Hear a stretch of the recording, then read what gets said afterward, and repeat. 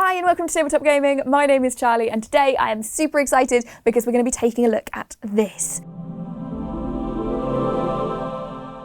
This is Twilight of the Gods, a card game that you're going to want to take a look at. But it's not just that, because today we also have a little bit of a sneaky advanced preview of some of the expansion that's coming out too. Now that's going to be a standalone expansion. It's going to give you more of the good stuff. We've got more cards, we've got more gods, we've got new ways to play. But today we're going to take a look at both. First, at Twilight of the Gods, give you an overview if you're not familiar with it, give you an idea of how it plays so that you can see if it's for you, and then at the end we'll pop in that little sneak preview of what's to come. So if you want to head straight to that, if you are already the Age of Gods and you already have the blessing, you can head right to the end to this time code so that you can check out just the expansion. However, let's dive right in and we'll take a look at the history of the game first.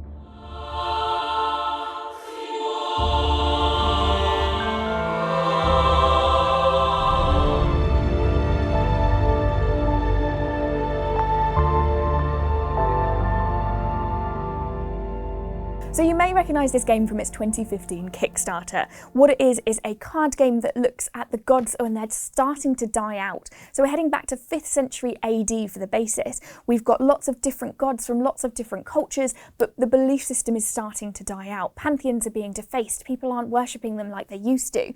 And now it's a battle for the devotion. So which god is going to come out on top? Which god is going to win the few followers that are left when they're all fighting between themselves? Now, of course, each of those gods are different. For example, you might have Mars, who is a far more aggressive god, an aggressive card type than his more diplomatic counterparts. Basically, you're going to look at the best way you can to play in your own style, and there will be a deck for that. Sounds interesting, right? Let's take a look at some of those cards so that you can see what I mean when I say this.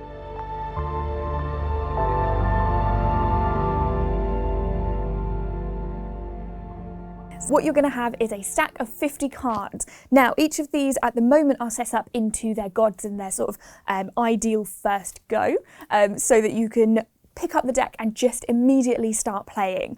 However, you can change out those gods for others, there are others available, and importantly, you can completely customise those decks. So, we mentioned at the beginning that there was a expansion, a standalone expansion coming. You can mix those decks into these. You can pick certain patterns that you like, or just mix these as you like. So pick out the best strategy that you would like to use and make sure that they then are part of your 50 card deck. If you're a little bit less confident in that, of course, you can stick to the gods themselves. So they each have unique symbols, which you'll see repeated throughout both the cards and the boxes, and those are how you'll know which one belongs to which. But let's take a quick look at what these ones do specifically and who it is that you're going to be playing as in sort of your starter round, as it were. So first up we have Mars. So he is the god of war and he comes in as our sort of red style. So you'll see all of his cards have got his mark on and they are also red too. So then we have our blue cards, which are Hera. She is the queen of the Greek gods. We then have green, which is our mysticism, represented by the reader of portents, a druidic goddess of self-sacrifice. And then lastly in this set we have brown, which is sanctuary, represented by Enlil, a Mesopotamian god of weather and storms. So except for the first turn, each round you're going to draw 2 cards. Now, you're then going to enter into the trade phase. You're going to look at what your opponent's hand looks like, and you're going to say, I want to trade maybe 2 level 2 cards for your tier 2 cards. Now, you're not going to know what it is that those cards actually are, you'll just know what level they are, and you can then engage in those trades. Now, that can be asymmetrical. You can desperately want one card and offer a little bit more for it. It might be that you offer the cards and I think the example they gave was an agreement to make a sandwich. It is up to you. This is your sort of trade and negotiation phase whereby you can take those cards back. So why would you want to? Well, they're going to be straight away put into your aspect deck, and that's going to give you the power to do other things. So to send out those creatures, to build those fortifications. So having multiple cards there is actually quite helpful because they're going to give you the power to change things later. Now, there's also a benefit to having your cards in your player's aspect deck in that you can then later stages manifest those. Now, the manifestation means you'll turn those cards over, and there's a little bit of a trap on some of the cards. So you'll notice at the very bottom, so for example here, the controlling player suffers 3 damage for each mythical creature they control. If you gain an ability to be able to manifest your opponents, you can flip that over and then spring that trap on them.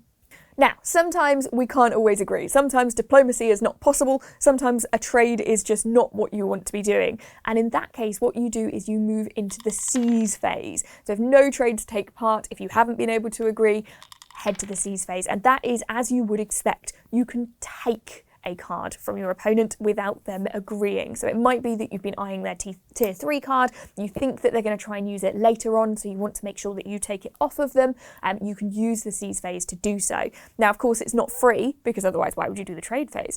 You will have to sacrifice some of your cards. That again, that's an important touch because those cards are your lifeline. Once you run out of cards, that's you lost. So you need to make sure you're being as careful as possible. Do you sacrifice some of those cards to get that tier 3 that gives you something else?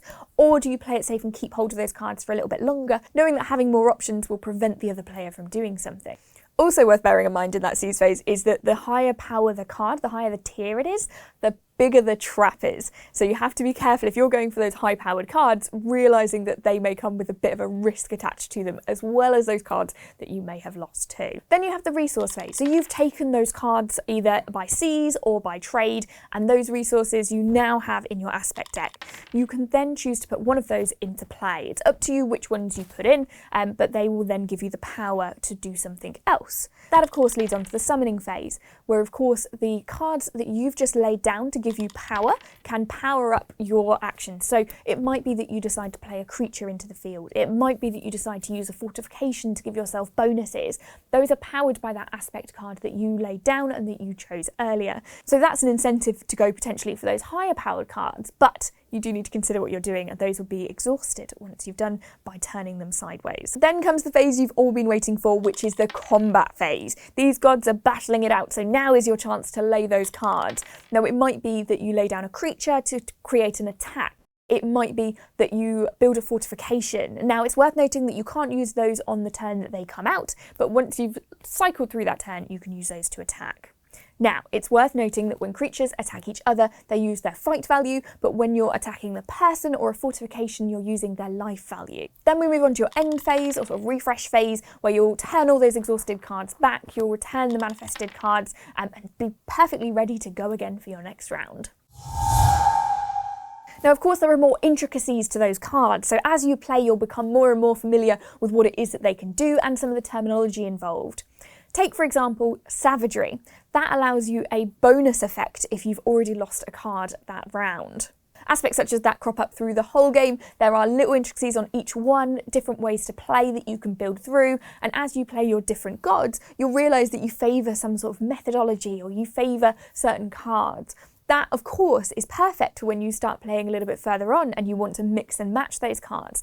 So perhaps you like some of the more aggressive cards in the Mars deck that do a little bit more damage. Perhaps you quite enjoy the fortifications that the Sanctuary deck offers you. You can sort of mix and match those in so that you know exactly what you're going to be doing and that it matches your playstyle perfectly, all the while being an even better god than when you started with. Perfect.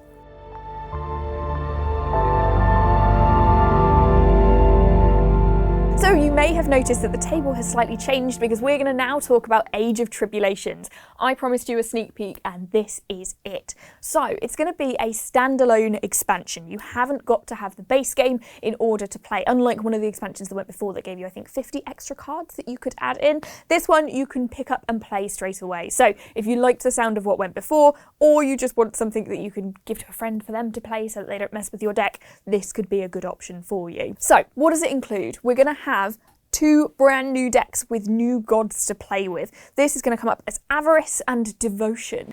So before, of course, we had Aggression, we had Negotiation, Mysticism and Sanctuary, and then all of the gods and cards that represented those. We now have Avarice in purple with these epic cards and our deck. Avarice adherents think that too much is never enough, so greed and corruption is your way of playing. So a perfectly usable skill set, some might say. And also Devotion in the yellow. They look pretty epic. Which is, as it stands, steadfast loyalty. So it's all about your faith, and as a result, you'll gain multitudes of blessings. So fair enough, you might start meek and small, but a really enlightened devotional army can be truly terrifying for any opponent it faces. So of course you always had your game mats previously, but we've got a slight upgrade to this one in the new one. We've now got space for that deity card, which is quite nice. Otherwise it's as you would expect from the original. And then we also have these additional cards. So we haven't forgotten, it is a standalone expansion. These cards can be mixed in with the ones that you've got, but we haven't forgotten the previous ones. So if you started out with Twilight of the Gods and like the cards that you've got, like the deck that you've got, maybe you've built it specifically around aggression, here's some more cards for you to add in or to try out or to see if they work with the deck that you're creating. So that might be because you've created a brand new purple deck and you want to add a few extra cards in, make it a little bit more aggressive than what it is, or it might be that you want to add in some more sanctuary cards to sort of balance things out. Those options are of course there, which is one of the really nice parts about this game, is ultimately this is how you want to behave. This is how you want to represent your god. And although we can give you sort of starting gods, places to start with, because you can customize that deck however you like, you can play however you like, and you can really create your own feel. This is your pack, this is your 50 cards that you have decided on and that you are going to battle with. And for that reason, you are going to be the god that survives. So that is Twilight of the Gods. You've had the overview of the original, and then we've also got the new standalone expansion that is coming soon, so keep an eye out for that. Be sure to head to their website to check it out in person. I will pop the links in the description so you can see those. While you're at it, if you want to see more from us, you can head to tabletopgaming.co.uk, and of course, always, you can hit like and subscribe. Tell us in the comments about your decks. I really want to hear how you've customised yours, which your favourite moves are, what sort of plays you go through and what you enjoy about it. But of course, if you have any questions, pop those in the comments too, and we'll be sure to come back to you. As always, thank you so much for watching and have a great day.